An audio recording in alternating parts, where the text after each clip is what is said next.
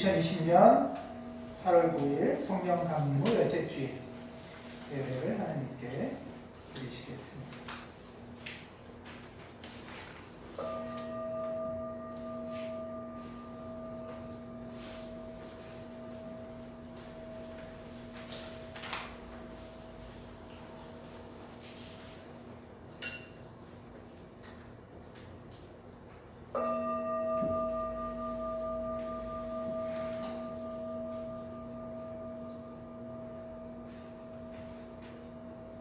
비가 많이 오는 가운데 우리가 교회당으로 예배를 드리려 모였습니다.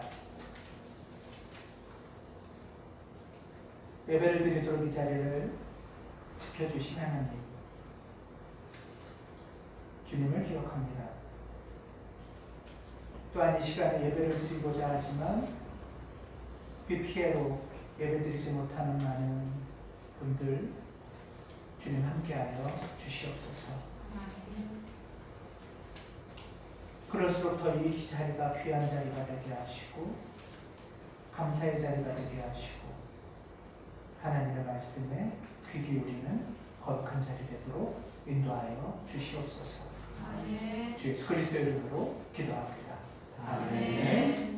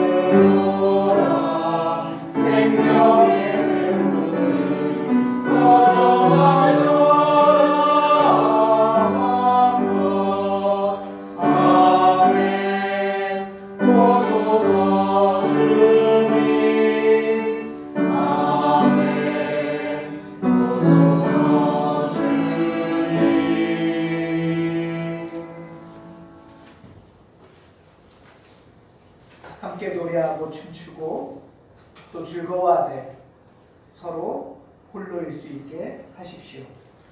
마치 수금의 줄이 따로 떨어져 있으나 같은 음악으로 함께 울리듯이 함께 서 있되 너무 가까이 머물러 있지는 마십시오. 성전의 기둥은 따로 떨어져 있으며 떡갈나무와 사르커스나무는 서로의 그늘 속에서는 자랄 수 없기 때문입니다.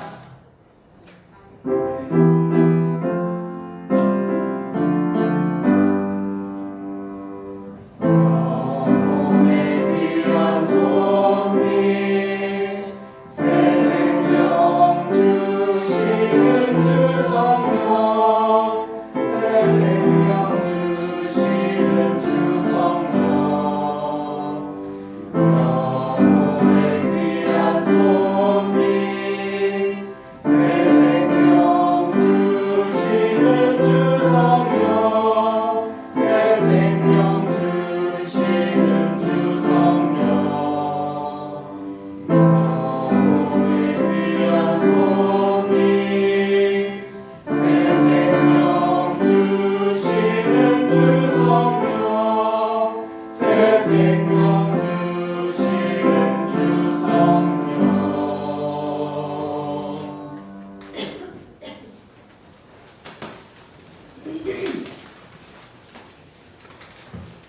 안녕하세요. 안녕하세요. 호랑이 굴에 들어가도 정신만 차리면 풍이어도 병만 잘 메우면 안전할 수 있습니다. 오늘 아멘. 오늘 말씀은 그 사자굴에 빠진 다니엘의 이야기입니다. 바벨론 포로와 그 페르시아 포로로 끌려간 그 다니엘이 이스라엘을 지키고 또 이스라엘을 도우시는 하나님을 믿고 기도하는 다니엘에게선 사자굴에 들어가서도 살아나는 어떤 능력, 기적 뭐 이런 일이 일어났습니다. 제가 우리 아이들 나눌 거는 순간의 기적이 우리 생명을 구하는 게 아니라 하루하루 차근차근 조금씩 쌓아놓은 우리의 믿음, 우리의 신앙이 우리를 지킬 수 있다라는 또 하나님께서 그런 우리와 함께 하신다는 그런 말씀을 나누고 싶습니다.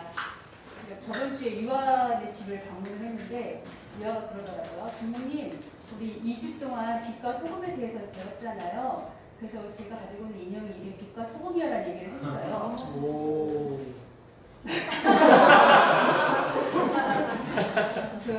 뭐 내용이 그렇다 치고 어쨌든 배운 빛과 소금에 대한 이야기를 삶에서 이야기를 녹여내고 또 한다는 것. 오늘 다니엘 이야기를 듣고 또 아이들이 주모님 다니엘 얘기 들었잖아요. 사자굴에 들어가서 살아남은 다니엘의 이야기가 우리 아이들 삶에서 어떻게 녹여낼지가 기대를 하면서 예배를 드리겠습니다. 이어서 기대해 주시기 바랍니다. 네.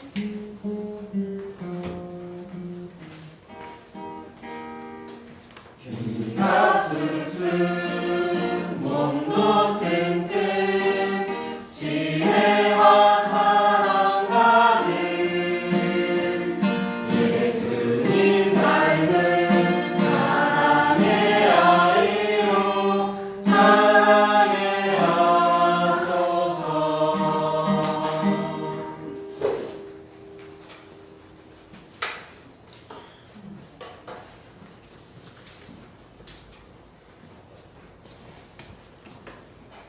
같이 기도드리겠습니다. 우리 안에 계시고 우리의 기쁨과 복이 근원이신 하나님 아버지, 주일을 맞이하여 거룩한 예배로 감사와 찬양을 드립니다. 오늘 여기에 모인 저희의 진심과 믿음을 아시오니 신령과 진정으로 드리는 이 예배 가운데 성령께서 함께 하시어 우리 안에 큰 감동과 기쁨과 깨우침을 주시고 서로 사랑을 나누기를 진정으로 바랍니다. 하나님, 인류의 탐욕과 무분별한 환경오염의 결과로 전 지구적인 이상기후, 자연재해가 일어나고 있으며 이로 인해 많은 사람이 죽고 삶의 터전을 잃어버려 고통 가운데 있습니다. 이러한 재앙이 빨리 멈추기를 바라오며 저희의 안전과 평온을 원하지만 그보다 어떤 방식으로든 사랑을 실천하고 어려움에 처한 이들을 구제하는 데 저희가 힘을 보태게 또 이재민들도 이 역경을 잘 극복하도록 인도해 주시옵소서. 저희는 좋은 열매 맺는 포도나무의 비유를 잘 알고 있습니다. 저희 스스로 열매 맺을 수 있을 것이라는 교만과 게으름에 빠지지 않게 하여 주시옵소서. 이 어려운 시기에, 질병과 기후변화의 이 어려운 시기에 하나님을 더욱 경외하고 겸손히 저희를 돌아보는 기회로 삼게 하시어 부동산 가격에 일희일비하는 저희가 되기보다는 이웃과 더불어 나누며 같이 화목하게 잘 살아가는 것을 우리 삶의 목적으로 삼는 우리 가족들이 되게 하여 주시옵소서. 가온교회의 온전함을 위해 노력하는 목회부와 각 성지민들 그리고 소속된 모든 형제, 자매, 어린 아이들의 기도를 들으시기를 원합니다. 자, 주님과의 관계가 회복되고 복 있는 사람의 모양으로 살아가도록, 그래서 죄가 넘치고 탐욕과 불법이 판치는 이 세상에 살지만 결코 그들과 같아지지 않는 열매를 맺고 복 있는 사람으로 살아가도록 그렇게 성장하도록 인도해 주시옵소서. 예수님 이름으로 기도합니다. 아멘.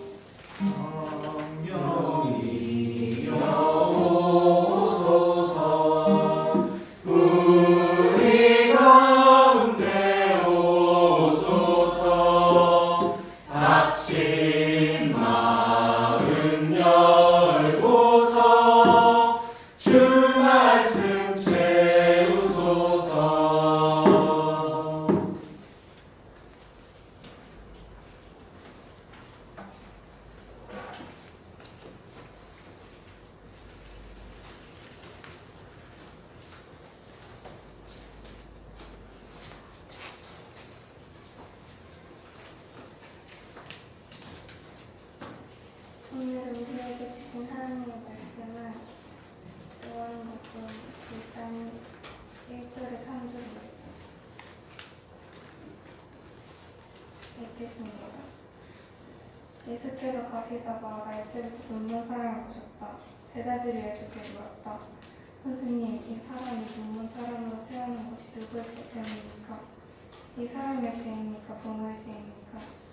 예수께서 대답하셨다. 이 사람이 죄를 지은 것도 아니요 그의 부모가 죄를 지은 것도 아니요 하느님께서 하시는 일들은 그에게서 드러내시려는 것이다. 아멘.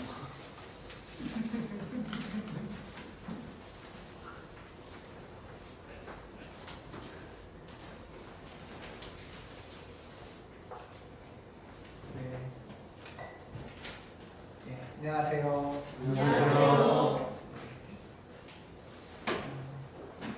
비 피해가 비가 많이 와서 비 피해가 없으신가 궁금하고 또 서로를 위해서 기도하는 시간이셨고 교회를 위해서도 준비하고 기도하셨을 거라고 생각합니다. 오늘 이렇게 예배를 무사히 주일 예배를 드릴 수 있게 된 것을 먼저 감사드립니다. 오늘은 지난 시간에 동료 이웃을 향한 발돋움이라는 제목으로 말씀을 나눴는데요. 오늘은 그 두 번째 시간입니다. 지난 주일 주제는 그런 거였죠. 우리가 나와 가까이 있는 분들, 뭐 내 부모님, 자녀 또는 뭐 친구들 또는 제자들 그 사람들을 동료 인간으로 깨닫고 내가 관계하고 있는가 하는 것을 성찰하는 그런 시간이었습니다. 서로를 향해서 끊임없이 요구하거나 비난하고 또 때에 따라서는 나를 책망하고 이런 상호 의존의 무거운 관계가 아니라 나를 지키는 또는 나와 상대의 경계를 지키는 가운데 서로를 건강하게 동료 인간으로 바라볼 수 있는 길에 대해서 묵상을 했었습니다. 기억나시죠? 오늘은 동료 인간을 향한 발돋움 두 번째 시간으로 조금 더 지난주는 나와 가까이 있던 분들과의 관계라면 오늘 조금 더 그 관계가 확장되는 관계를 성찰하려고 하는데요. 그 실마리가 최근 논란이 뜨겁게 되고 있는 차별금지법을 실마리로 하려고 합니다. 많이 들어보셨죠? 예. 국제사회하고 국제인권기구들은 2007년도부터 본격적으로 우리 대한민국에 차별금지법 제정을 권고해왔습니다.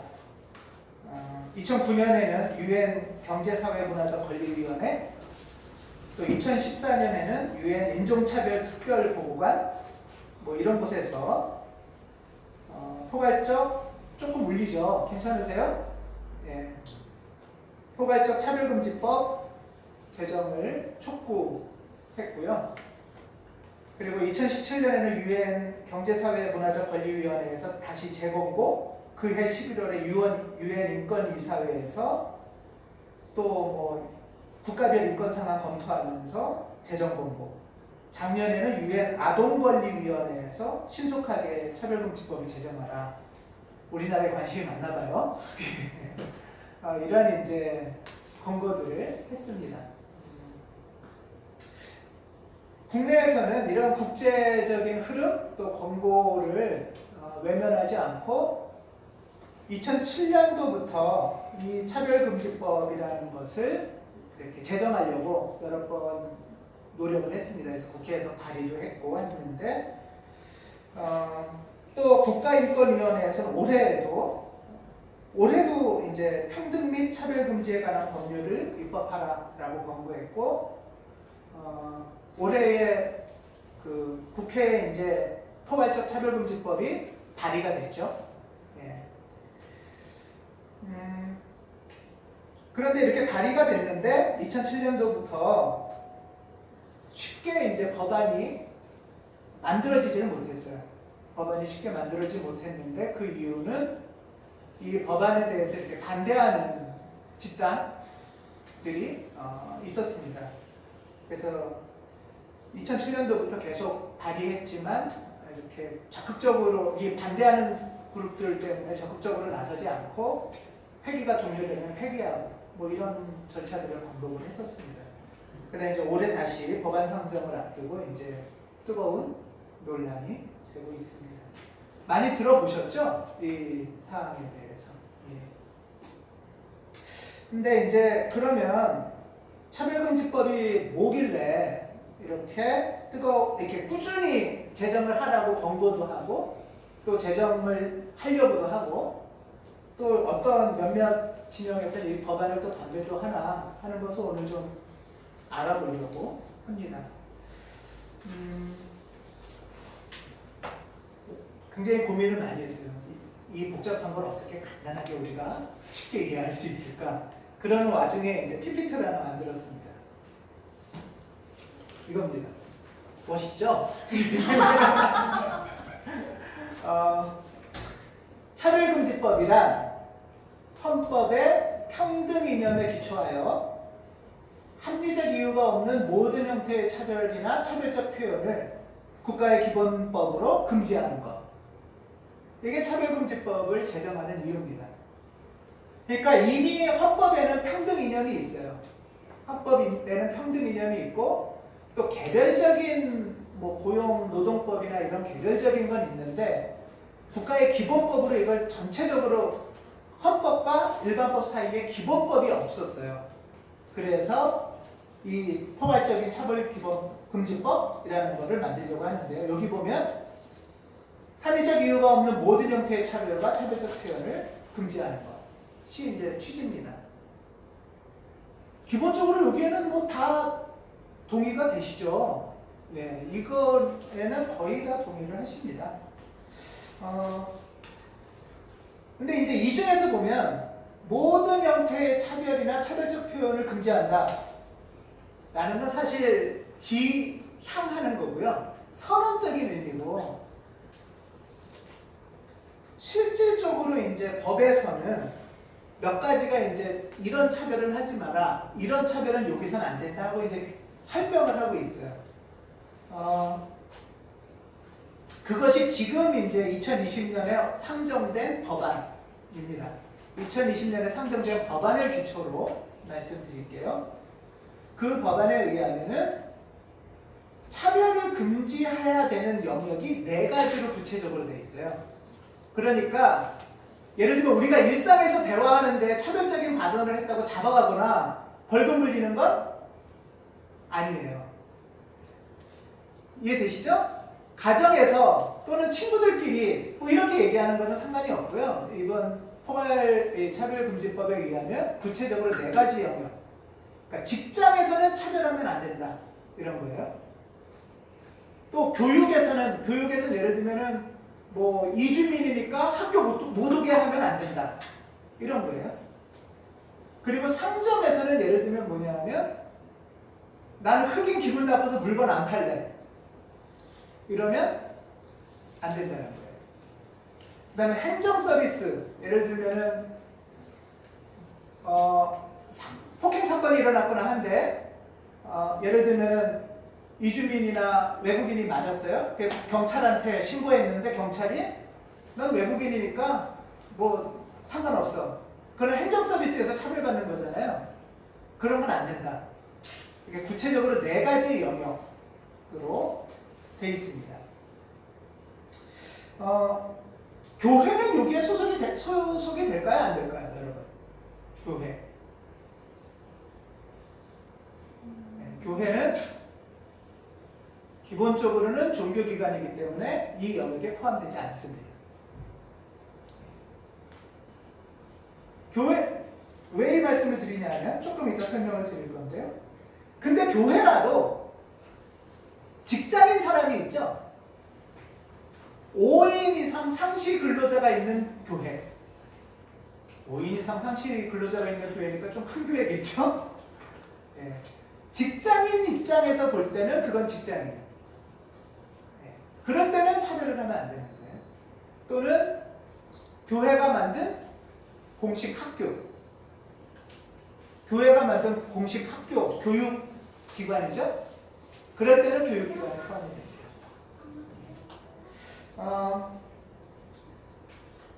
어떠세요? 이걸 보시면은 물론 우리 그리스도인들은 이 네 가지 영역만이 아니라 더 많은 영역에서도 차별하는 거는 안 좋잖아요. 그러니까 영역이 더 확대되면 좋겠다 이런 생각을 하실 수도 있겠죠. 예.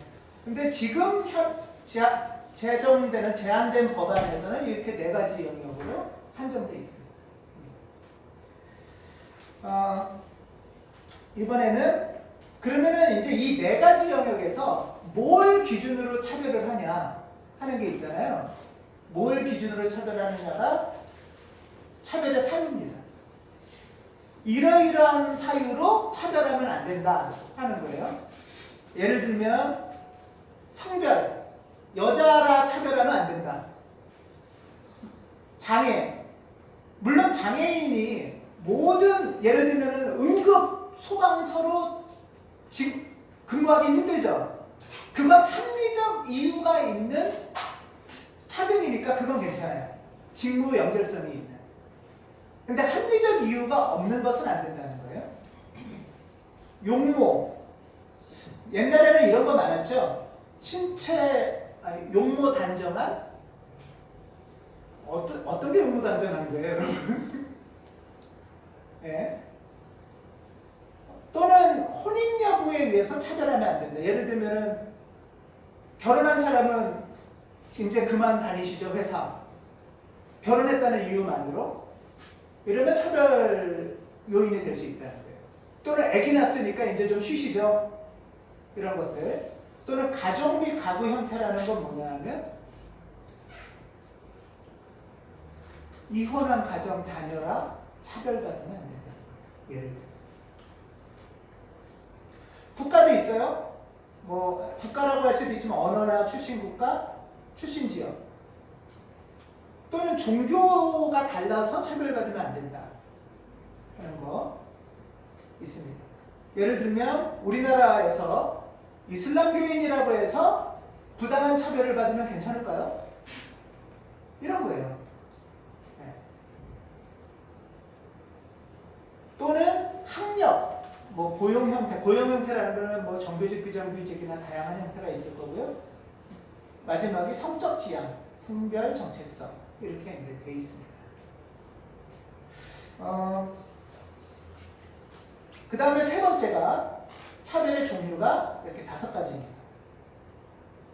그러니까 차별금지법을 우리가 이해하려면 첫 번째는 4가지 영역에서 이런 이유들로 이런 방식의 차별을 하면 안 된다라는 게 이제 차별금지법에 써 있는 거예요. 한번 정리를 해보겠습니다. 왜 오늘 조금 이렇게 강의하듯이 이렇게 하냐면 우리가 합리적으로 성찰하고 판단하고 생각하지 않으면 무섭고 두려운 가운데 분노와 저항이 생기기가 굉장히 쉽거든요. 그래서 좀 이렇게 하고 있습니다. 한번 생각을 해보겠습니다. 그러니까 이 차별금지법에 의한 차별의 영역은 뭐뭐 있다고요? 예를 들면 직장, 네, 교육, 학교, 또 뭐 상점이나 그런 재화 서비스를 받는데 또는 행정, 네, 이렇게 4영역이 있고요. 그다음에 차별의 종류는 뭐 직접적인 차별이 있고 간접적인 차별이 있고 괴롭히는 거. 왕따가 차별이에요. 일종의 직장에서 직장갑질 있죠. 이렇게 괴롭히는 거. 괴로워가지고 결국 회사를 못 다니게 하려고 분위기 만드는 거. 이런 게 괴롭히는 차별이에요. 괴롭힘. 또 성희롱도 차별에 포함됩니다. 성희롱.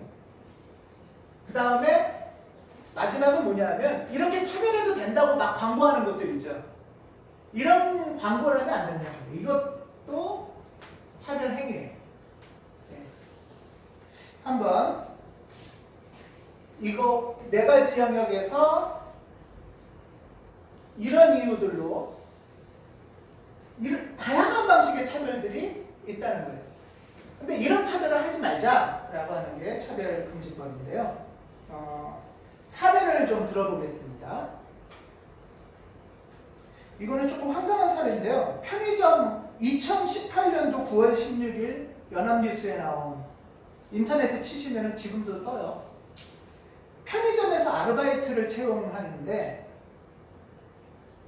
주민번호 뒷자리 몇 번에서 몇 번까지는 응시하지 마세요라고 써 있었어요.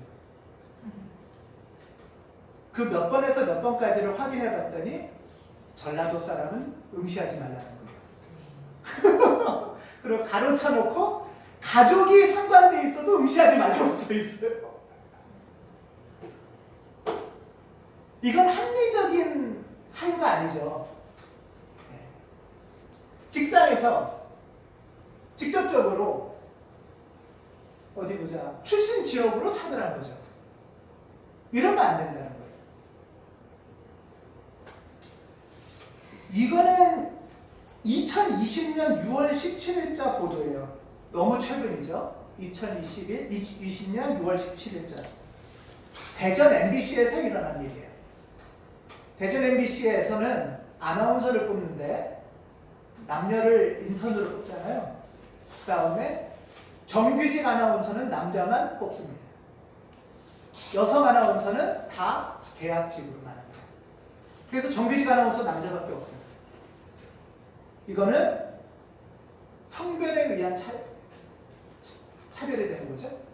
그래서 국가인권위원회에서 그거는 부당하다라고 권고를 했어요.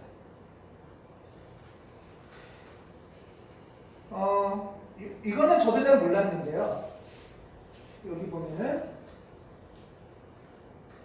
건강과 관련된 것, 신체와 관련된 것 중에 건강 상태와 관련된 게 있는데, B형 감염 보균자가 여러분들하고 같이 기숙사 생활한다면 어떠실 것 같으세요?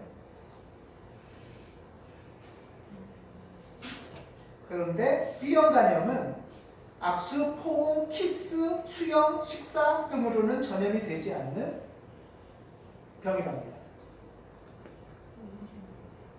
이거는 그래서 근데 옛날에 잘 몰랐었대요. 그렇기 때문에 지금은 이걸로 차별을 하면은 부당한 차별이 되는 거예요. 그러니까 의학적으로 잘 몰라서 생기는 차별도 있었던 거죠.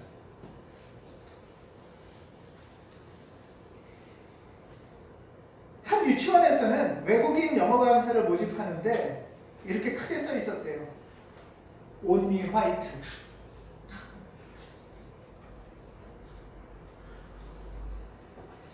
어떠세요? 백인만 영어를 더 잘할까? 미국에서 대대로 사는 흑인들이 더 잘할 수도 있잖아요.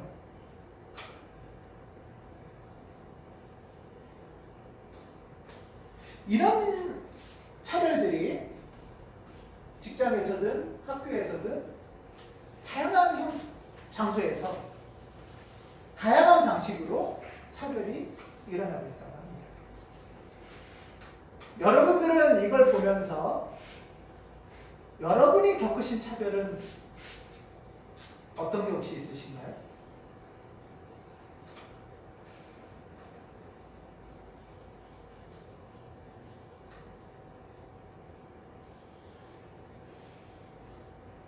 사실 이와 같은 차별받은 경험을 우리가 공유하는 것은 굉장히 중요합니다.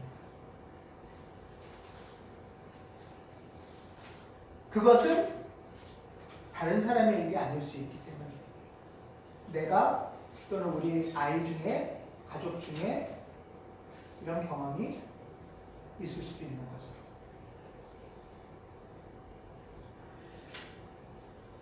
지금 명백한 여성차별 현상 중에 하나는 남녀 간 임금 격차입니다.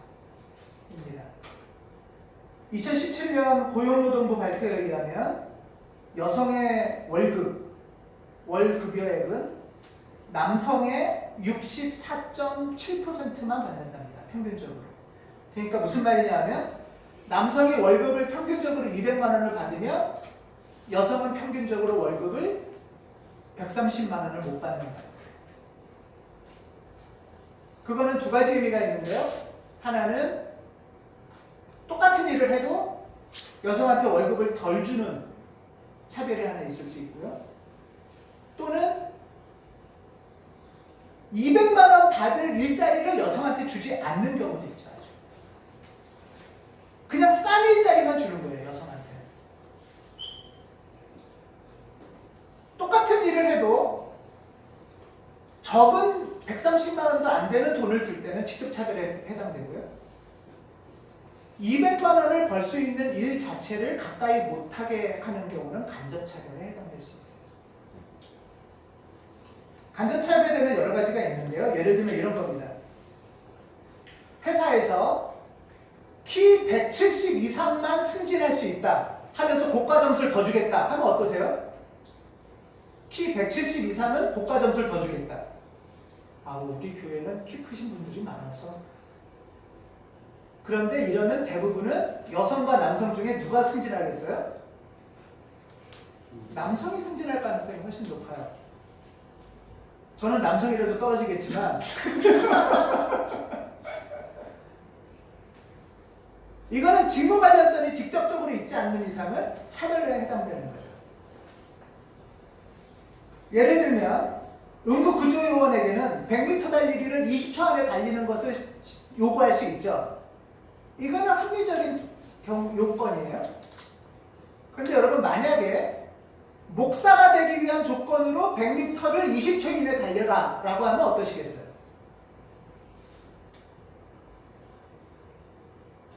이것은 하반신 장애가 있는 사람은 목사하지 말라는 뜻이죠.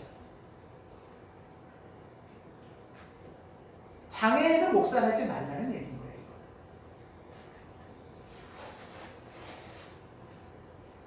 이처럼 우리는 직접적이거나 간접적으로 차별을 겪거나 요구당하는 경우를 많이 봅니다. 뭐 직장 내 갑질, 뭐 군대나 학교의 왕따 이런 것들이 괴롭힘에 해당되기도 하고요. 또는 뭐 성희롱은 당연히 차별에 포함이 되는데요.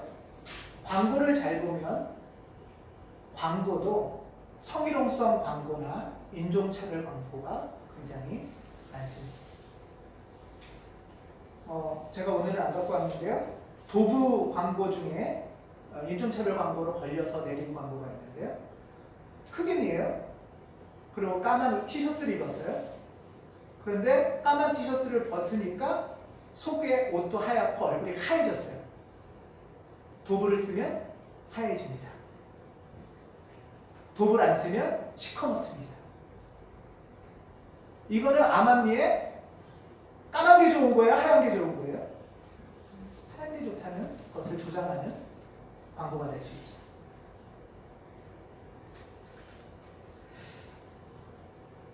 여기서 우리가 같이 좀 더 생각해 볼 지점이 있습니다. 예를 들면 성희롱을 생각해 보면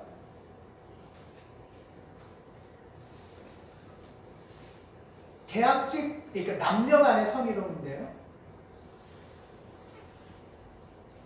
계약직 여성 직원하고 정규직 남성 직원 사이에 성희롱이 있다 하면 대다수는 누가 누구를 향해서 하는 걸까요? 상상이 되시죠? 성희롱은 그냥 성적 욕구가 아니고 힘있거나 권력이 있는 사람이 자기보다 약한 사람을 향해서 하는 차별행위입니다. 여러분 성희롱, 차별하면 동등한 사람, 대등한 사람이 서로 차별을 하거나 혐오를 하거나 성희롱을 하는 게 아니죠. 거의 대부분은 권력자가 힘을 약한 사람을 향해서 차별하거나 괴롭히거나 성희롱을 합니다. 그래서 이 차별의 문제는 힘의 문제입니다. 권력의 문제입니다.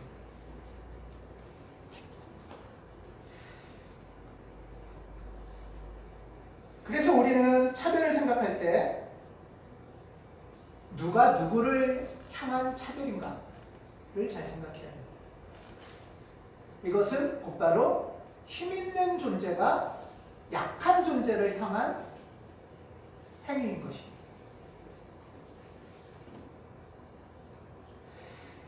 그런 면에서 볼 때 2007년 차별금지법 제정서부터 지금까지 차별금지법 제정을 반대한 큰 두 집단이 있어요. 우리나라에. 차별금지법을 반대한 큰 집단 중에 한 집단은 어디였을까요? 상상이 되세요? 어딜까요? 말씀해 주세요. 네, 하나는 교회고요. 하나는 또, 그러면 하나는 어딜까요?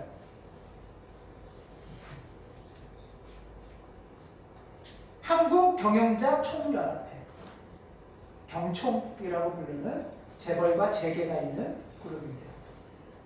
왜 내 마음대로 고용하지 못하게 해요? 나는 여자 싫어. 남자들만 쓸 거야. 나는 전라도 싫어. 경상도만 뽑을 거야.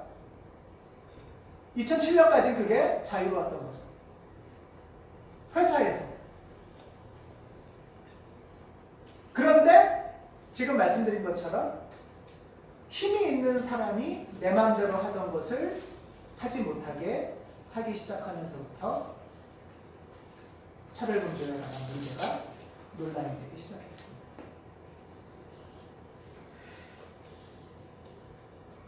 그리고 또 하나가 방금 우리가 여러분이 말씀하신 것처럼 기독교 근본주의 그룹입니다.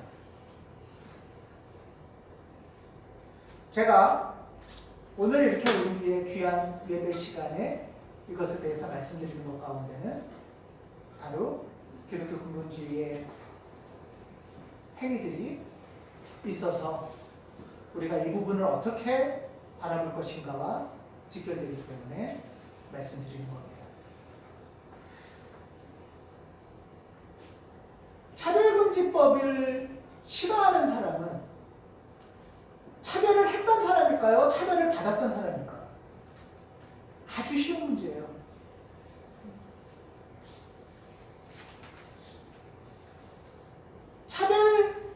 차별해왔던 사람한테 너 이제 하지마 라고 할 때 저항을 하는 거와 차별을 당했던 사람은 거꾸로 어떻게든 나를 좀 보호해주세요.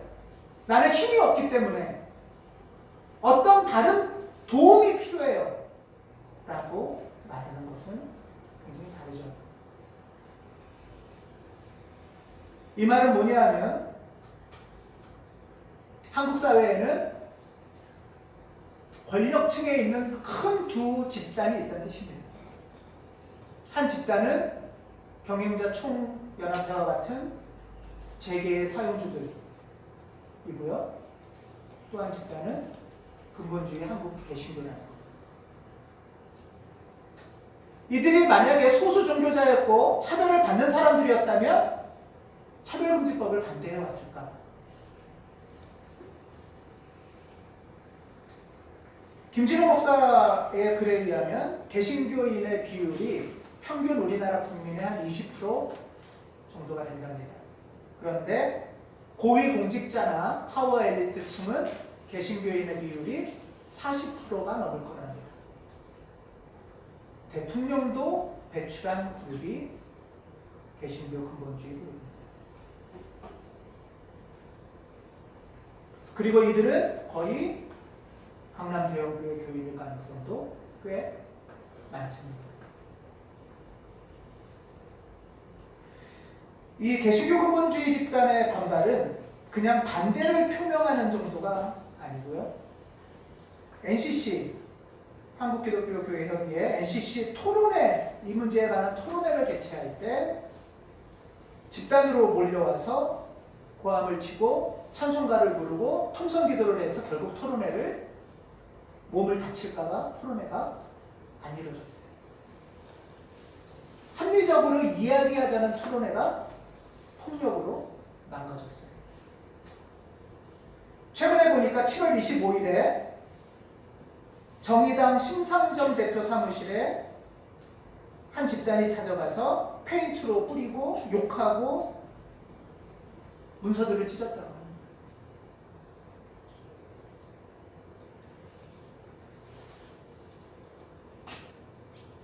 그만큼 격렬한 폭력이 난무하는 형태가 우리 가운데 있습니다. 더군다나 힘이 굉장히 약한 존재, 우리 사회에서 지금 가장 논란이 되는 그 존재는 성소수자라는 존재입니다. 여러분들, 성소수자는 우리 사회에서 어떤 마음으로 살아가고 있을까요?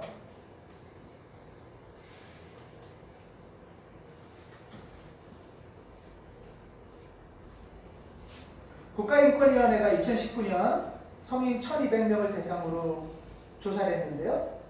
거기서 한국 사회에서 성소수자가 차별받고 있는가? 라는 질문에 어떠세요, 여러분은? 그 설문에서는 77.2%가 성소수자가 심각하게 차별받고 있다라고 반응을 했습니다. 그리고 성소수자 혐오 표현을 지난 1년간 접한 적이 있는가? 여러분들은 접한 적이 있으세요? 온오프라인상에서 67.7%가 성소수자 혐오 표현을 접한 적이 있다라고 말했답니다.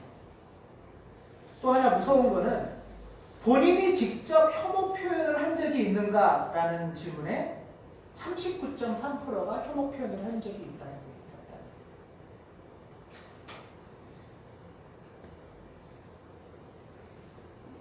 이 조사를 볼 때 우리 사회에서 성소수자는 심각한 공포와 두려움 속에서 살아가고 있을 가능성이 큽니다. 사실 성소수자가 아니라도 우리가 이런 이유로 직장에서 하루아침에 쫓겨날, 아니면은 남들은 잘 승진하는데 혼자 출신 지역 때문에 승진 못할, 아니면은 여러 이유로 직장 상사한테 미움받거나 괴롭힘 당할,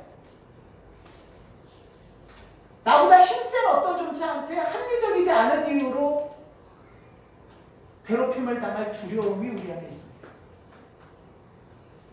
그처럼 사회적으로 약한 사람들은 공포와 두려움 가운데 하루하루를 살아간다는 겁니다. 여러분들 상식적으로 생각해 보세요. 성소수자라고 만약에 직장에서 저 사람 성소수자인 것 같아 하면은 어떠실 것 같으세요? 갑자기 눈길이.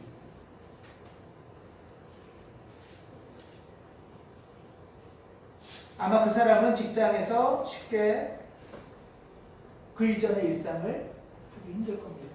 학교나 군대라면 더 심각하겠죠. 학교에 청소년이나 대학생 중에 그런 경우가 있다면, 얼마 전에는 성소수자들의 행사라는 이유로 행정에서 시청에다가 체육관 대관을 요청했는데 대관이 취소됐습니다. 왜? 성소수자 행사라는 것 때문에.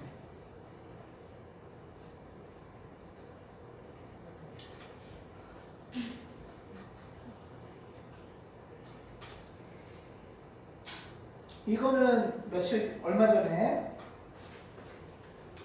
성소수자는 일상 속에 있습니다. 근데 어쨌든 우리가 미워하든 싫어하든 성소수자가 있는 건 사실이죠. 그렇죠? 그건 사실이잖아요.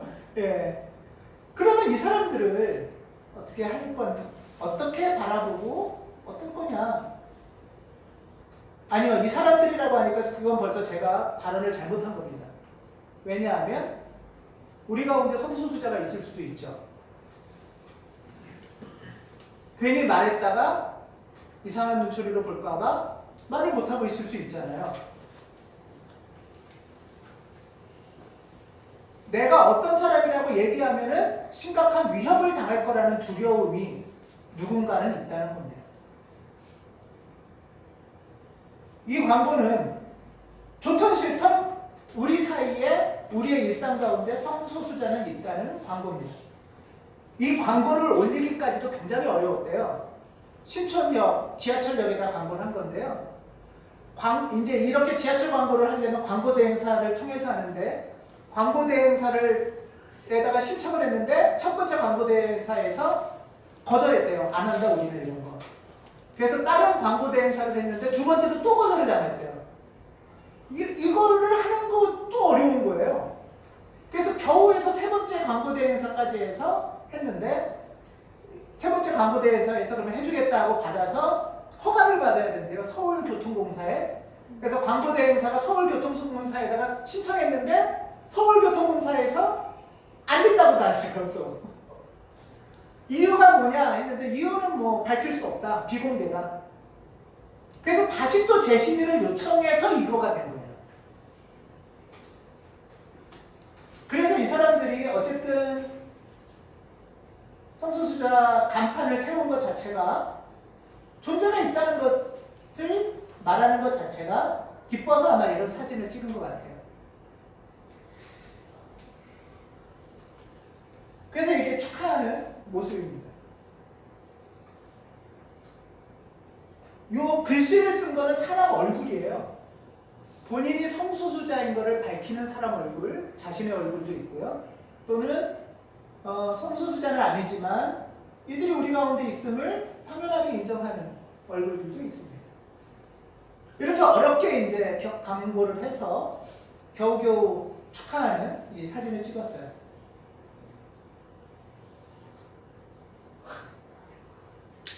이틀 후의 일입니다.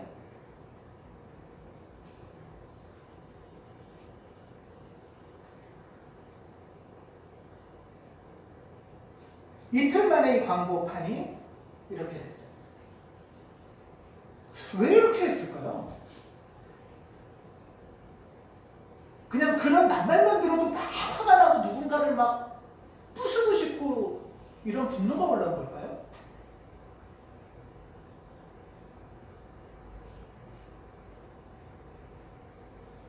혐의자를 CCTV로 경찰에서 쉽게 찾았어요. 그래서 물어봤는데 왜 그렇게 했나? 라고 물어봤는데 아주 단순했습니다. 성소수자가 싫어서 찢었다.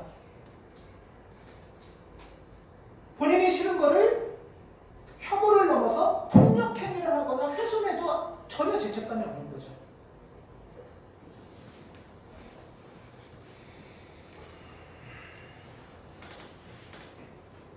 제가 오늘 이 귀한 주일예배 하늘 뜻표기에서 이 말씀을 같이 나누는 거는 성소수자라는 것 때문에 미워하거나 혐오하는 것이 크게 문제가 안 되는 것처럼 얘기하는 큰 집단 중에 하나가 개신교 근본주의 집단인 거예요.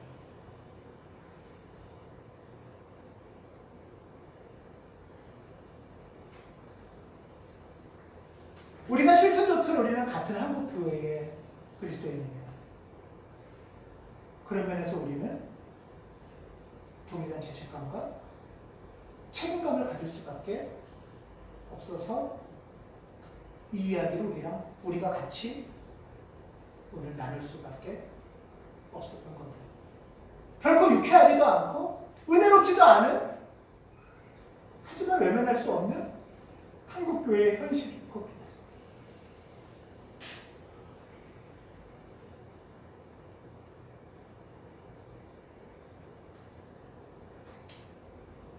우리 그리스도인들이 누굴 공공연하게 미워하고 혐오하고 그 미워하고 혐오하는 존재는 죽여서 없어져도 좋다고 말할 수 있는, 없는 것처럼 입 다물고 지하에 숨어 살으라고 말할 수 있는, 그것이 원수까지 사랑하고 이웃을 사랑하라고 말하신 예수를 따라간 그리스도의 모습일 수 있는 건가?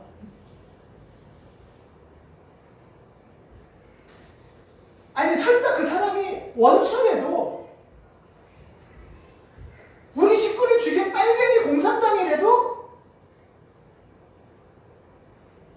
그런 그리스도인들 아니겠습니까?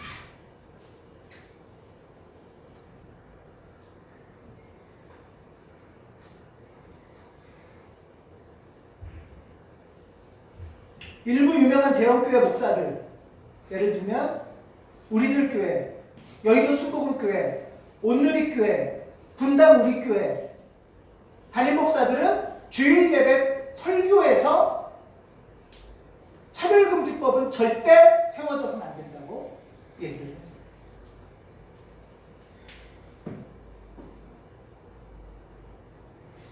이 법은 동성애를 허용하는 법이고 이 법이 통과되면 동성애가 창궐할 것이라고 이유를 얘기했습니다. 하지만 이거는 전혀 비합리적이고 이 설교를 듣는 교인들을 무섭게 만들고 미워하게 만들고 분노하게 만드는 잘못된 설교입니다. 어떻게 설교에서 감히 그렇게 말을 할 수 있는지 저는 모르겠어요.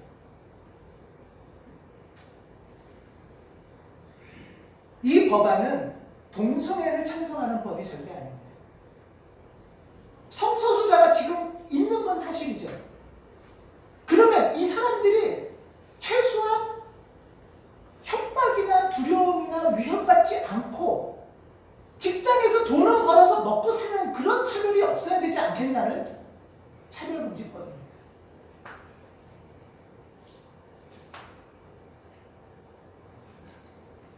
이들이 직장에서 쫓겨나고 학교에서 쫓겨나고 커피숍에서 창피를 당하고 쫓겨나는 것이 당연한가요?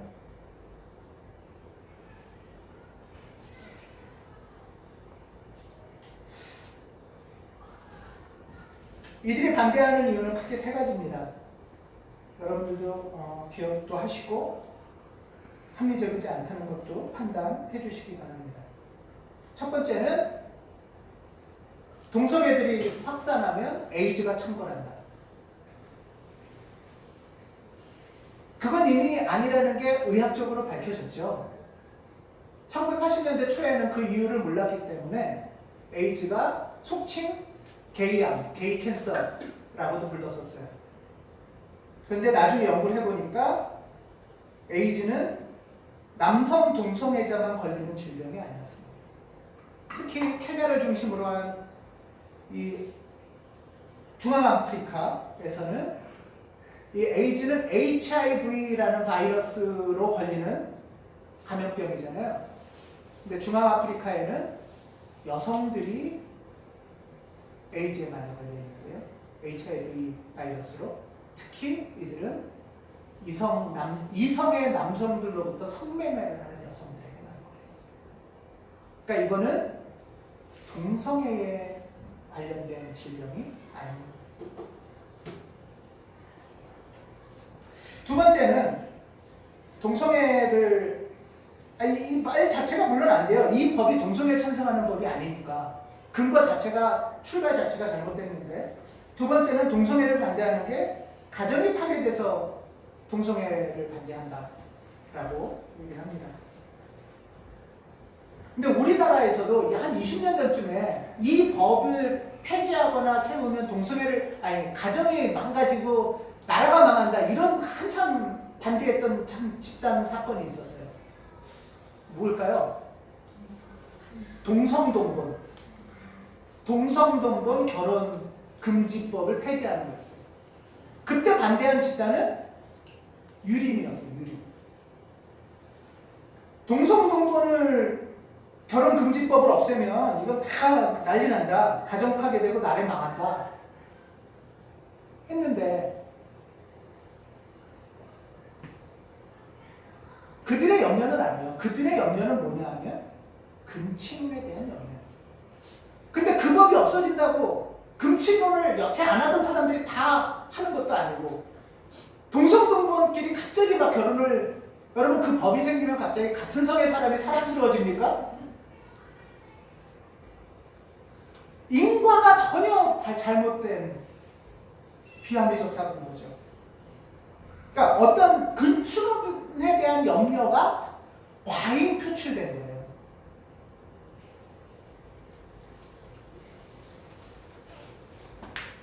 사실 더 중요한 거는 그래서 이 사람들은 지금 동성애를 허용하면 동성애가 쫙 퍼질 거라고 합니다. 여러분들 동성애를 허용하면 갑자기 동성이 사랑스러워질 것 같으세요? 여러분들은? 사실 법 때문에 동성을 사랑하지 못하셨나요? 이거 역시 인과가 잘못된 거죠.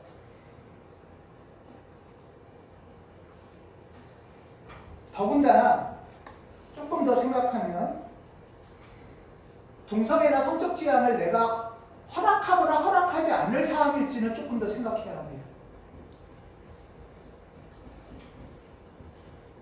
내가 만약에 이거는 찬성, 이거는 반대라고 누군가를 대상으로 한다면 그 사람과 나 사이에 누가 권력을 갖고 있는 거죠? 내가 갖고 있는 거예요. 너는 내 판단만 기다려 라는 자세일 가능성이 큽니다. 옳고 그름은 내가 판단할게. 너는 대상이야 라는 권력자의 태도인 거죠.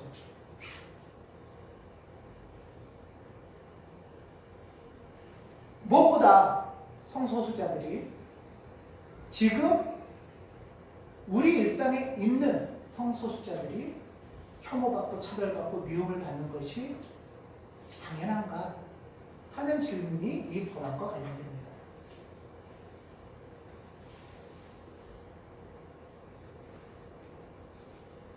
만약에 동성애 또는 성소수자를 차별하고 혐오하고 직장에서 쫓아나고 괴롭혀서 이들이 성소수자, 동성애를 포기하게 만드는 게 목표라면 이거야말로 굉장히 무서운 폭력적인 행위입니다.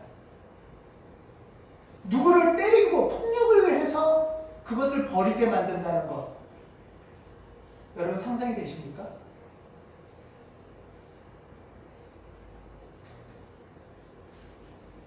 이것은 예를 들면 혐오와 폭력을 정당화하는 마녀 사냥과 비슷합니다.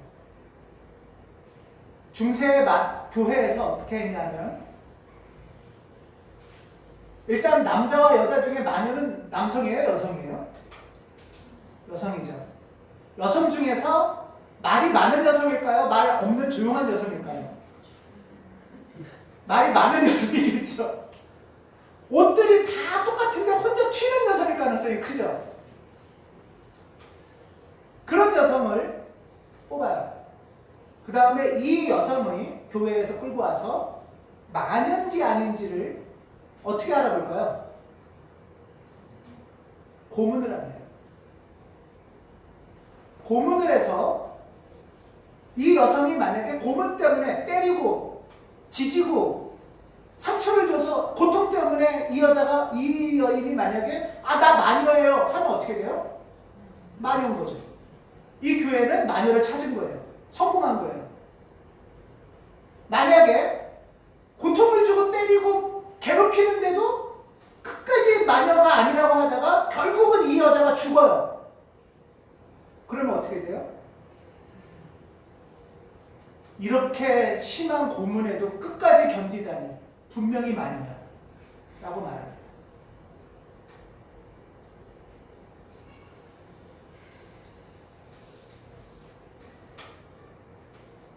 세 번째 주장은 표현의 자유입니다. 우리 표현의 자유가 있는데 왜 이런 걸 막냐?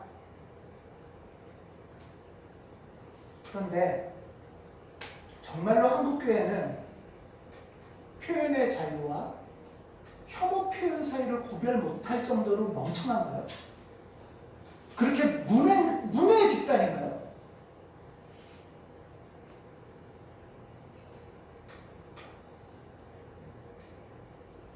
교회에서 만약에 이슬람인들은 모두 사탄이니까 죽여 없애도 된다 라고 말하면 이건 표현의 자유인가요? 나치가, 히틀러가 유태인들하고 집시랑 불황자들은 다 가스실에 가서 죽여도 된다.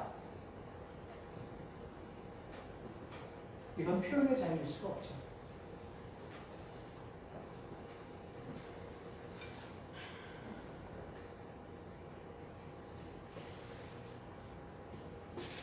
더군다나 교회의 반발이 강해서 국가인권위원회 최영애 위원장은 직접 근본주의 목사 대표들을 만나서 분명히 이렇게 말했습니다. 포괄적 차별금지법에 목사님들이 동성애 반대하거나 반대 설교하는 것에 대해서 제재하지 않습니다. 종교인들이 전도하고 소신을 밝히는 것도 문제가 되지 않습니다.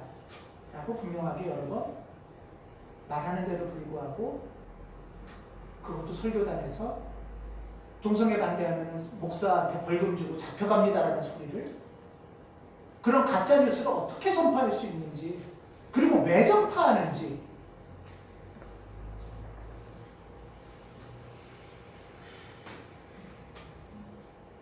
너무나 안타까운 한국교회 현실입니다.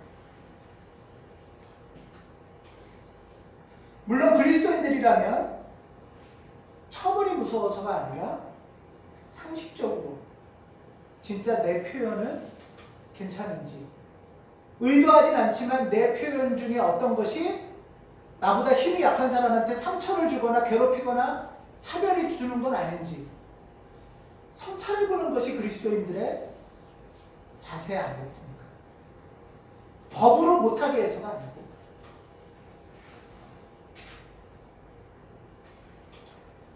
다시 말씀드리지만 차별은, 혐오는, 괴롭힘은 힘 있는 자가, 힘 있는 집단이 힘 없는 자, 힘 없는 집단을 향한 행위입니다. 예를 들면 삼성이 우린 전라도가 싫어요라고 말하면 어떻겠습니까? 표현의 자유라고 할 수 있겠습니까?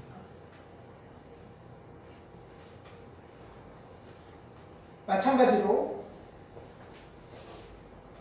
표현의 자유라고 하면서 누군가 어떤 집단이나 어떤 존재를 미워하고 죄악시한다는 것은 우리가 매우 조심스러워하고 경계해야 하는 모습입니다. 한 가지만 더 말씀드리면 역차별이라는 얘기도 하나 있습니다. 여성이 이제는 너무 올라가서 이제는 역차별이다 라고 얘기하는데, 역차별이라는 말이 성립하려면 여성의 임금이 남성 임금보다 높아질 때 가능합니다. 예를 들면 교회에서 장로 여성 비율이 10% 20%가 안 되는데 법적으로 최소 10%라도 높이자, 20%라도 높이자라는 건 전혀 역차별이 아니죠. 역차별이라는 얘기를 하려면 여성 장로가 50%가 넘었을 때 그 비율을 계속 유지하려고 할 때부터 가능해지는 것입니다.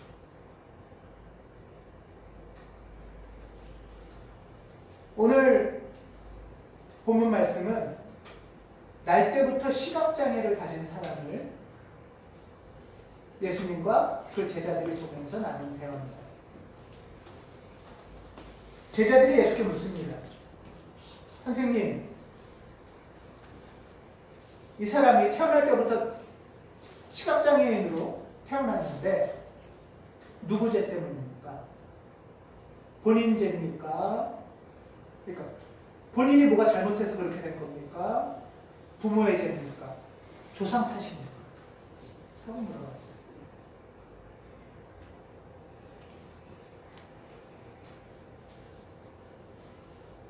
누구 죄라고 생각하세요, 여러분은?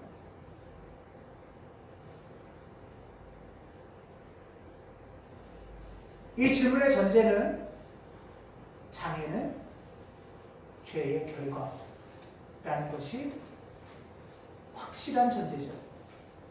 장애는 분명히 죄의 결과야. 그러면 이제 그 다음 이 사람 죄인지 부모 죄인지 그걸 물어보는 거죠.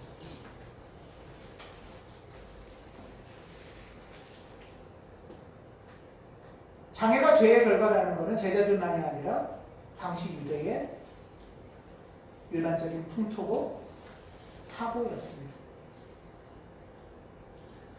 이 사고에만 갇혀있는 사람이라면 이런 질문이 당연하고 답하는 사람도 누구의 죄라고 쉽게 말했을 수 있습니다. 그런데 예수께서는 이 질문의 전제를 뒤집고 있습니다.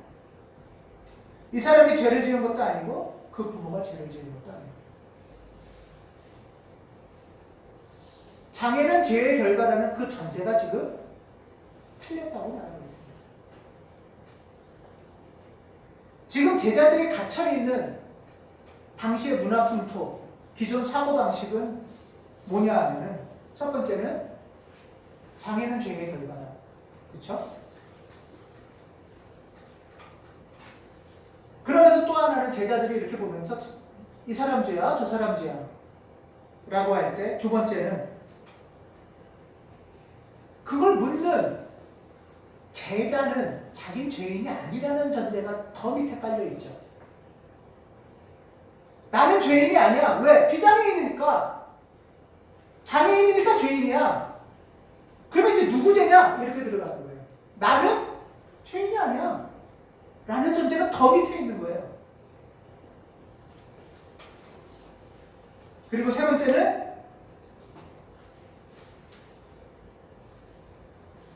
아유 안 됐다. 나랑 너는 달라.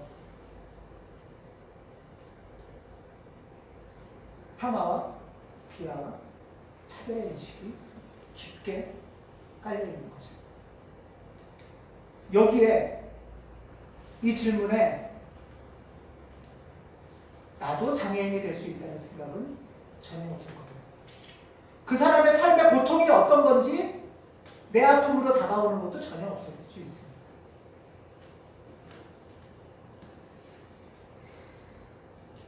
지금 예수님은 이러한 당시 유대인의 차별적인 풍토를 뒤집고 무너뜨리고 있습니다.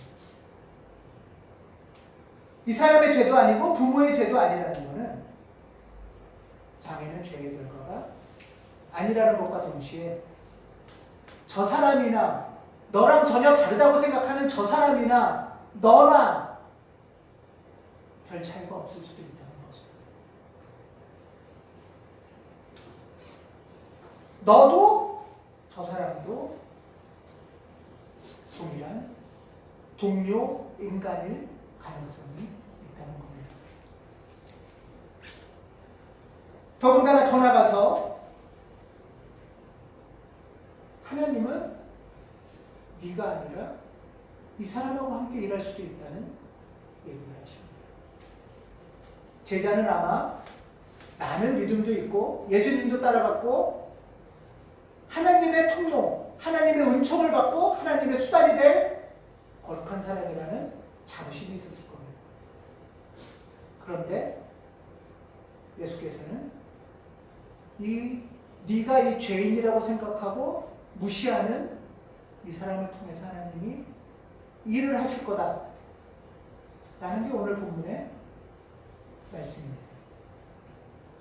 지금 이 말씀은 기존의 유대 사고를 파격적으로 전복시키는 선언입니다. 네가 아니라 그 죄인이 하나님의 선택하신 은총의 통로가 될 수도 있다.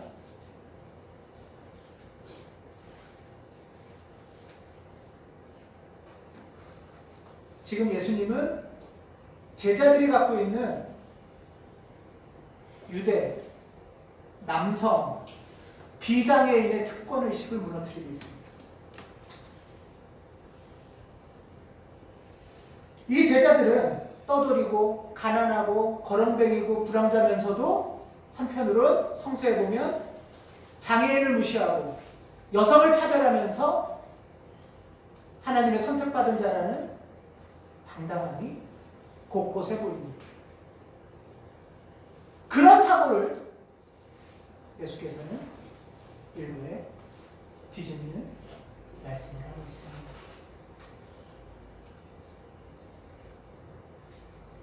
우리는 모두 죄의 굴레 가운데 있기 때문에 우리는 모두 차별할 수 있습니다. 우리는 누군가로부터 나보다 힘센 어떤 집단이나 존재로부터 차별받기도 하고 나도 누군가를 차별하게 합니다. 먼저 이것을 인정해야 합니다. 나는 깨끗하고 너는 더럽고, 나는 그런 존재가 아니고 너희들은 사라질 존재이고, 또한 나는 차별하지 않은 순수하고 깨끗한 존재이지 않다는 겁니다. 우리도 모두 차별할 수 있습니다. 그때 우리가 할 수 있는 반응은 이런 겁니다. 누군가가 그게 차별적인 행동이라고 그 약자가 말하면, 아픈 사람이 말하면 하지 말아야 될 반응이 있다고 합니다. 그것 중에 하나는 이런 거예요. 그거 성희롱이에요 하면, 왜 이렇게 예민하게 굴어? 왜 이렇게 까칠해? 또는 난 그런 의도가 아니었어. 또는 누구도 그랬잖아. 이런 반응은 절대 하지 말랍니다. 대신에 내가 의식하지 못한 채 습관적으로 해온 차별이나 혐오가 있는지 돌아보고 성찰하고 사과하고, 나한테 익숙한 문화가 잘못된 건 아닌지 배우고 기도하는 그 선택이 이웃을 사랑하는 그리스도인의 선택이다 라고 말씀합니다. 저는 오늘 우리 교우들에게 성소수자를 인정하자, 성소수자를 옹호하자, 찬성하자, 지금 이런 말씀을 드리는 건 전혀 아닙니다. 사실 우리는 성소수자에 대해서 모릅니다. 여러분, 길게 그분들하고 만나거나 겪어보거나 얘기를 들어보거나 하신 분이 계신가요? 그거에 대해서 오랫동안 공부하고 고민해 보신 분이 계신가요? 우리는 잘 몰라서 오히려 무서워하고 혐오하고 차별하시고 있습니다. 옛날에 빨갱이는 늑대, 뿔이 달린 늑대라며. 저는 빨갱이를, 북한 사람을 직접 만난 적이 별로 없었기 때문에 어렸을 때부터 그냥 늑대인 줄 알고 무서워했어요. 공포를 주는 가짜 뉴스를 거부하고, 우리 교회에서는 선한 그리스도인이 되기 위해서는 이 영역에 대해서 앞으로 더 공부하고 배워가야 합니다. 다만 오늘 말씀드리는 것은,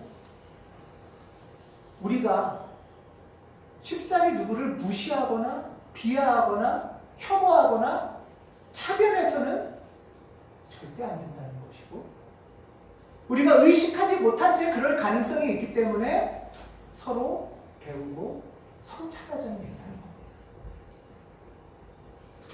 예수님 말씀에 의하면 어느 속까지도 사랑하라 하시는데, 이 세상에서 사라져야 될 존재는 없습니다. 왜? 어떤 존재라도 하나님의 피조물이기 때문이죠. 우리가 이 영역에 대해서 깊이 논의하고 상의하고 기도하지 않으면 같은 사람도 동료로 취급을 못하고 대우를 못하는데 생태 생명? 어떻게 얘기하겠습니까? 동물이, 식물이, 새가 하나님의 피조물이라고 감히 얘기할 수 있겠습니까?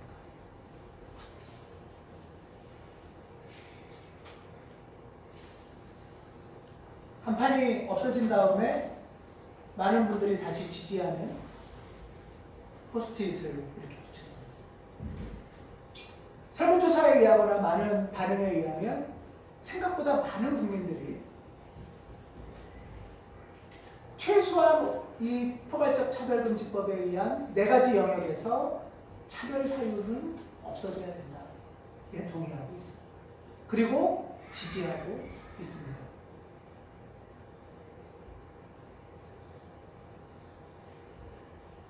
이거는 이 간판을 보고 어떤 그래픽으로 SNS상에 이렇게 글씨를 일부러 써서 만든 거예요. 그래픽상. 혐오를 이긴다.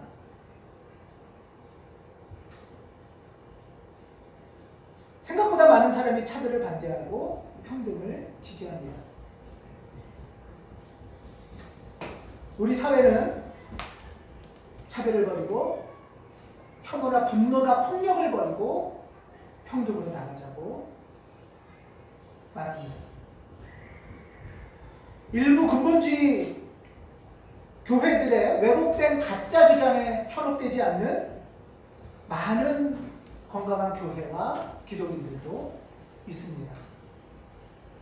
NCC에서도 성명을 발표하고 지지를 성명하고 기장교단에서도 교단 차원에서 지지 성명서도 발표했습니다.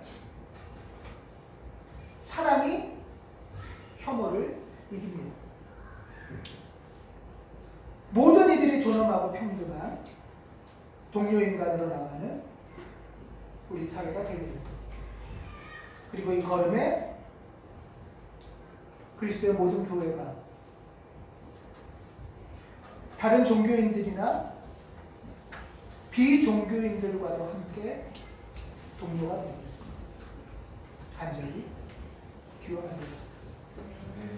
기도하겠습니다.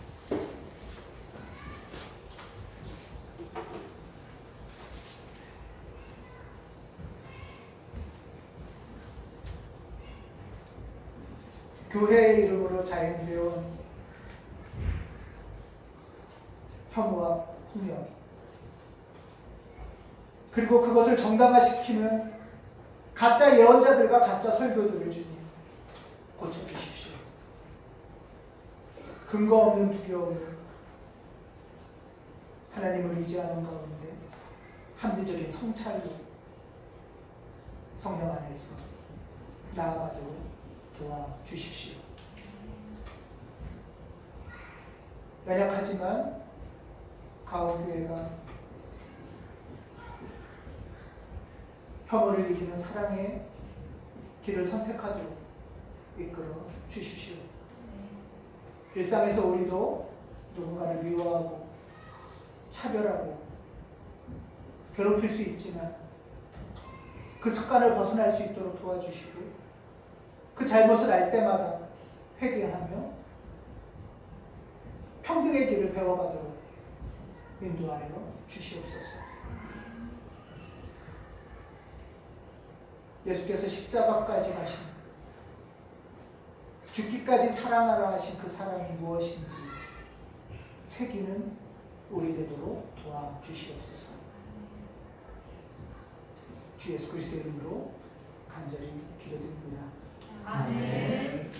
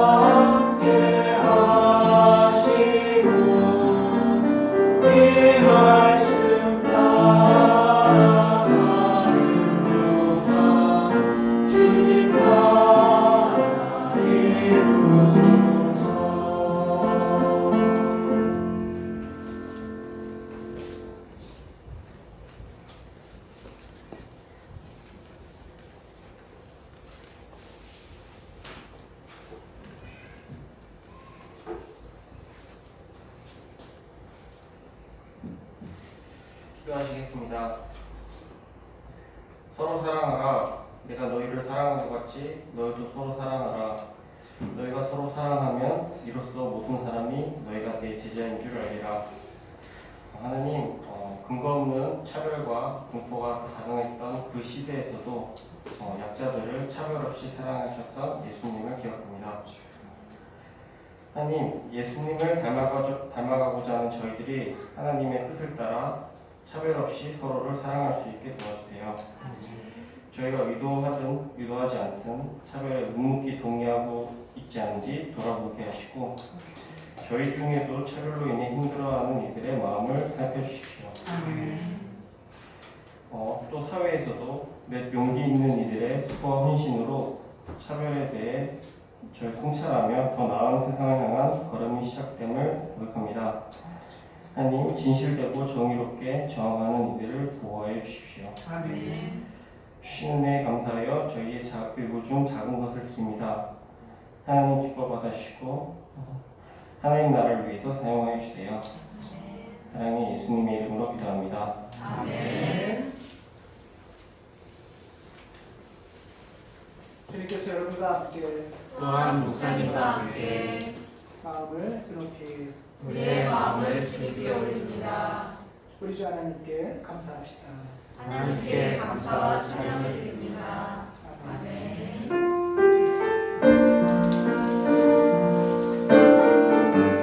은혜로 열린 생명의 길.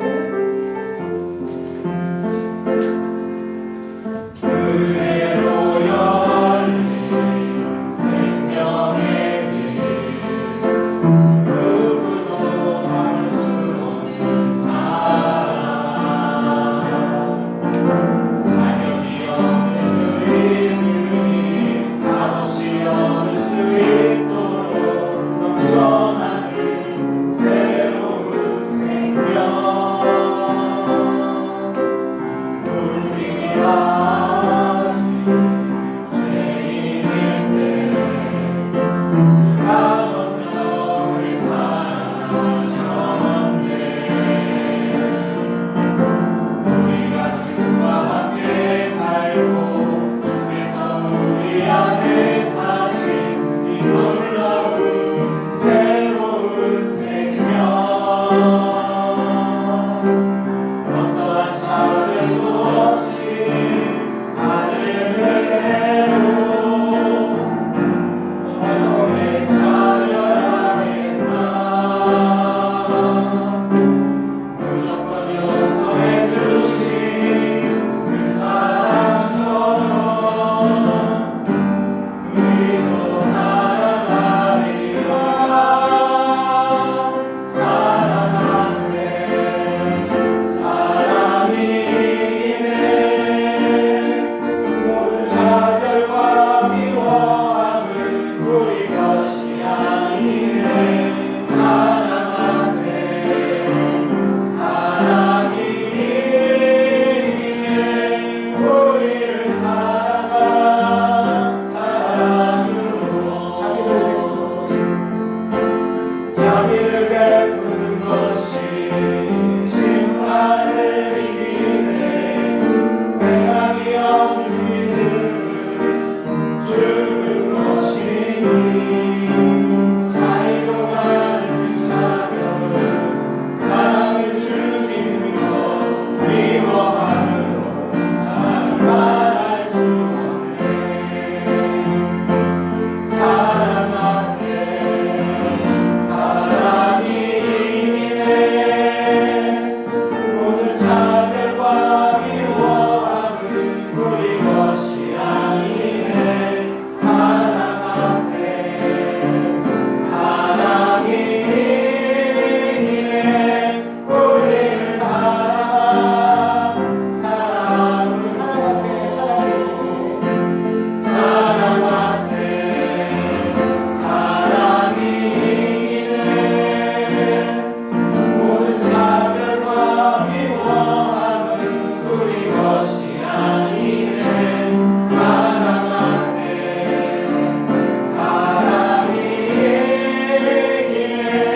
우리를 사랑한 사랑으로.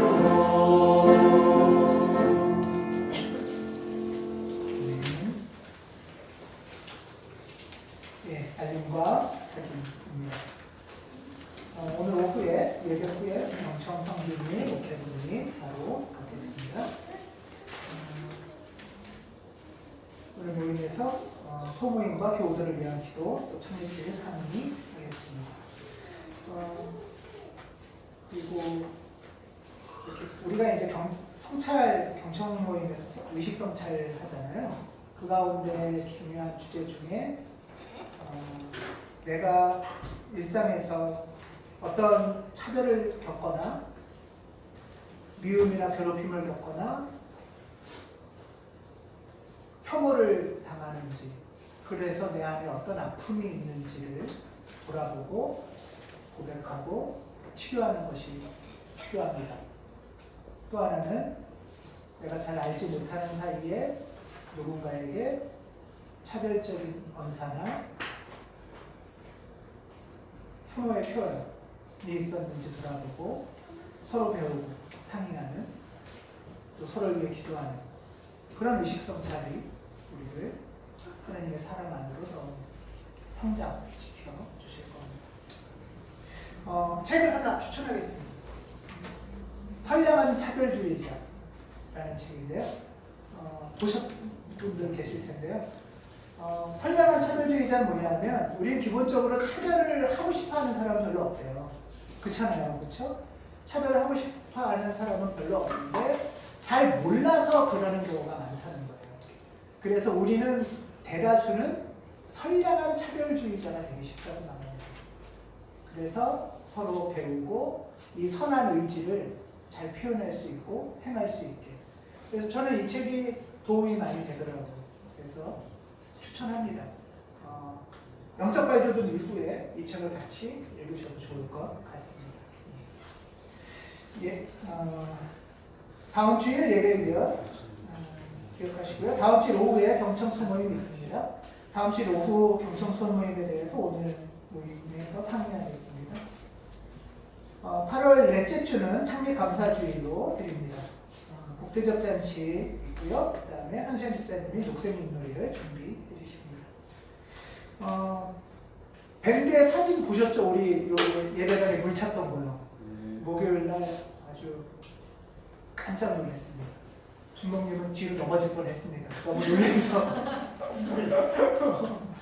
그래서 근데 이제 주목님이 막 연락도 하시고, 그래서 김홍철 집사님이 또 달려오시기도 하고, 황은혜 집사님, 한수현 집사님 여러 분 오셔서 치우시고, 또 벽 크랙 사이로 물이 많이 들어온 것 같아요. 그래서 데뷔를 김홍철 집사님이 막 애써셔서 데뷔를 하셨는데요. 어저께 밤에는 이 데뷔가 효과가 있어야 될 텐데 하고, 오늘 새벽에 전도사님도 오시고 막 그랬는데 잘 데뷔가 된 것 같습니다. 그래서 지금 물이 안 새서 너무 다행이고요. 또 한편으로 비 피해 때문에 힘들어하시는 분들이 많이 계신 것 같습니다. 위에서도 또 기도해 주시기 바랍니다. 수고 많이 해주신 김홍철 집사님하고 주먹님하고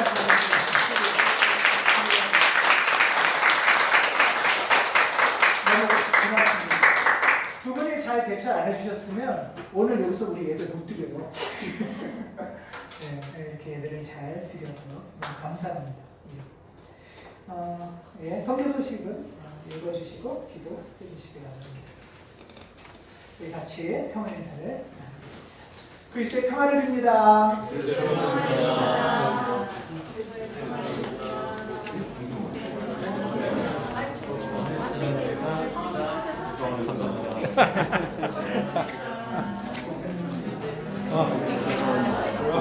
진담이 잘 올라왔어?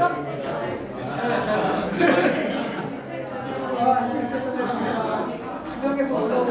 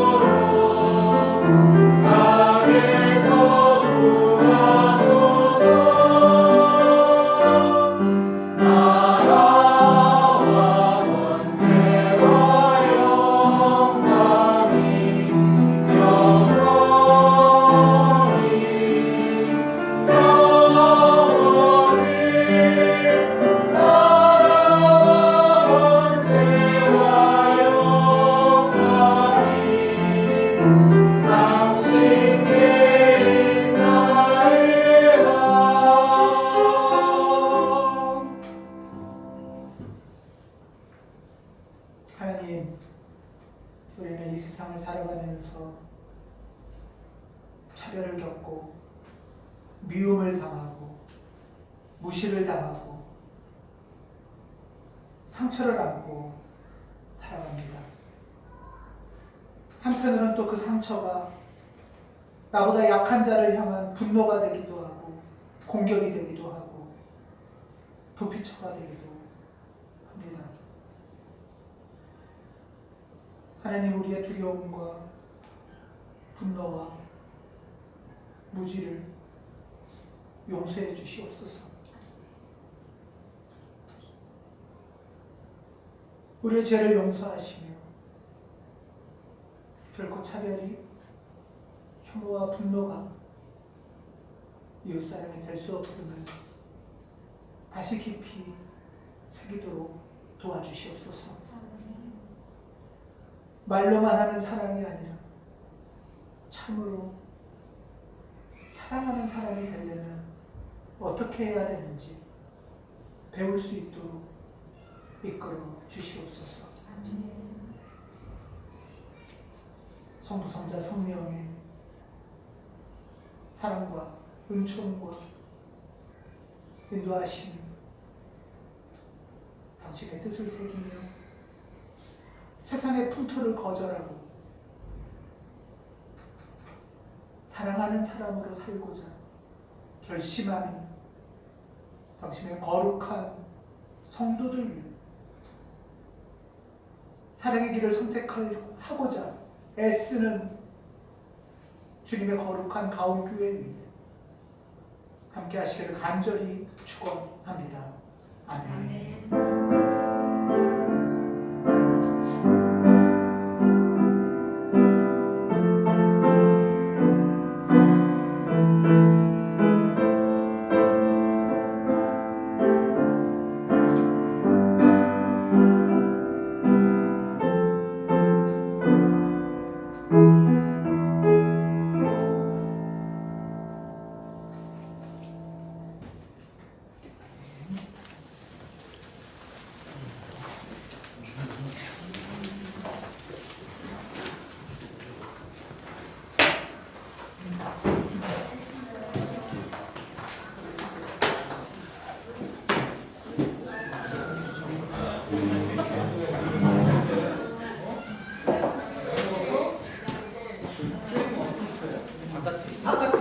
바깥에 벽을 보시면 크랙이 보입니다.